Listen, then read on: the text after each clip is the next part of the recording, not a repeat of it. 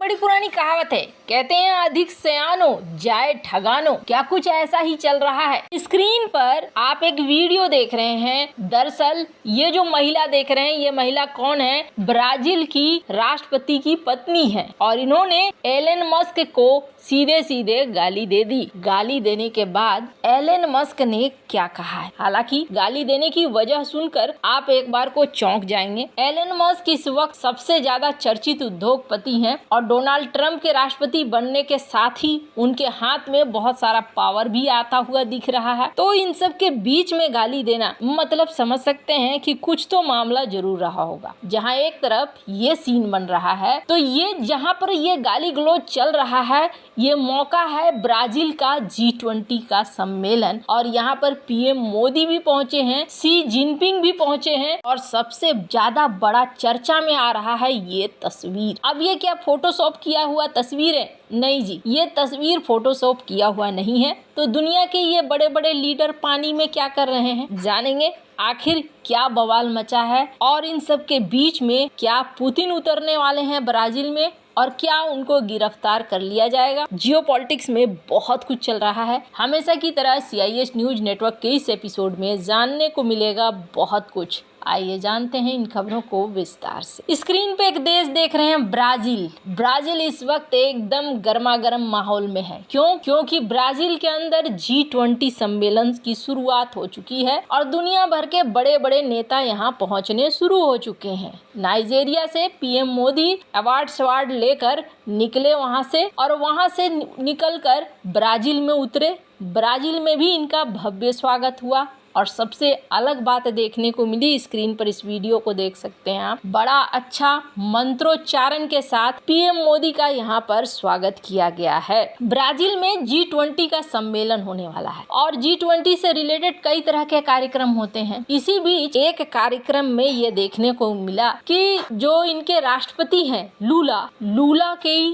पत्नी, इन्होंने सबके सामने कुछ गलत शब्दों का इस्तेमाल करते हुए एलन मस्क को गाली दी और कहा, मैं तुमसे नहीं डरती हूँ। ये वीडियो इस वक्त बहुत ज्यादा चर्चा में है। अब असल में एलन मस्क ने इसके जवाब में क्या किया, एक स्माइली पास कर दिया और साथ ही साथ थोड़ी देर बाद ये एक बयान देते हैं, सुनो अगली बार के चुनाव में ना लूला हारने जा रहा है, लूला डी सिल्वा। ब्राजील का चुनाव बड़ा ही दिलचस्प रहा था और ये चुनाव इतना आसान नहीं था। ब्राजील में ना 60% हिस्सा जो है वो अमेजन के जंगल है। अमेजन का जंगल दुनिया का सबसे बड़ा जंगल है। स्क्रीन पर अगर इस मैप को देखेंगे तो कुछ हिस्सा कई और देशों में भी पड़ता है, लेकिन ब्राजील का 60% हिस्सा जाता है। और ब्राजील में लूला से पहले जो राष्ट्रपति थे, उनका क्या मानना था, वो चाहते थे कि अमेजन के जंगलों को काटा जाए, काट कर हम वहाँ उद्योग स्थापित करें और उद्योग स्थापित करके हम आगे बढ़ें। क्यों आगे बढ़ना चाहते थे? इसलिए आगे बढ़ना चाहते थे, उनका मानना था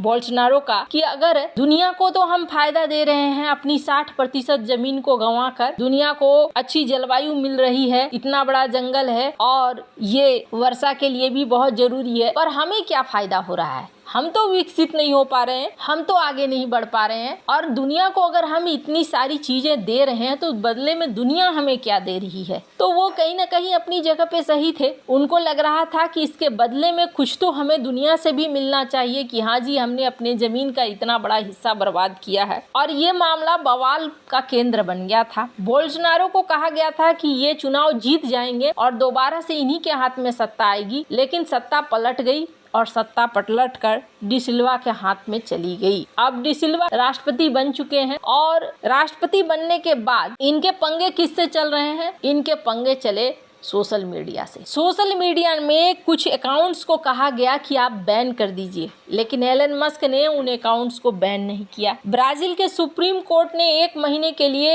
एलन मस्क के ट्विटर पर ही बैन लगा दिया। उसके बाद इन्हें हर्जाना भी देना पड़ा। हालांकि हर्जाना देते देते भी एक कांड हो गया था। इन्होंने गलत जगह पैसे ट्रांसफर कर दिए थे। तो ऐसा लगता है जैसे मौजूदा सरकार ये समझ रही है कि यहाँ सोशल मीडिया का एक बड़ा प्रभाव हो रहा है और सोशल मीडिया यहाँ पर फेक न्यूज भी फैलाती है, ये भी आरोप लगे थे। अब कहीं न कहीं राष्ट्रपति की पत्नी का गुस्सा इसी तरफ निकल रहा है। खैर, अब इन्होंने कहा है कि आने वाले चुनाव में तुम हार जाओगे, देखने वाली बात होगी ये हारते हैं कि जीतते हैं। पर फिलहाल क्या हो रहा है, ब्राजील G20 को होस्ट कर रहा है और दुनिया भर के नेता यहाँ पर पहुंच रहे हैं और यहाँ पर UN के भी पहुंचे हैं, तुर्की के भी पहुंचे हैं, शी जिनपिंग भी पहुंचने वाले हैं। माना जा रहा है कि पीएम मोदी शी जिनपिंग के बीच में बैठक हो सकती है। पर राष्ट्रपति पुतिन का क्या सीन है, राष्ट्रपति पुतिन क्या आ रहे हैं या नहीं आ रहे हैं? तो यहाँ पर राष्ट्रपति पुतिन नहीं आएंगे। 1 महीने पहले ही उन्होंने क्लियर कर दिया था और कहा था कि अगर मैं जाऊंगा ना तो फिर G20 का समिट जो है वो बेकार हो जाएगा। मैं सरगई लावारोव को भेजूंगा और उनके साथ प्रतिनिधि मंडल पहुंचेगा। भारत में भी ऐसा ही हुआ था और भारत में जॉइंट डिक्लेरेशन निकालने में किस तरीके से मशक्कत हुई थी ये किसी से छिपा हुआ नहीं है। पर अब यहाँ पर पुतिन तो नहीं पहुंच रहे हैं, सरगई लावारोव पहुंच रहे हैं। देखना होगा कि ये जॉइंट डिक्लेरेशन क्या निकलवा पाते हैं।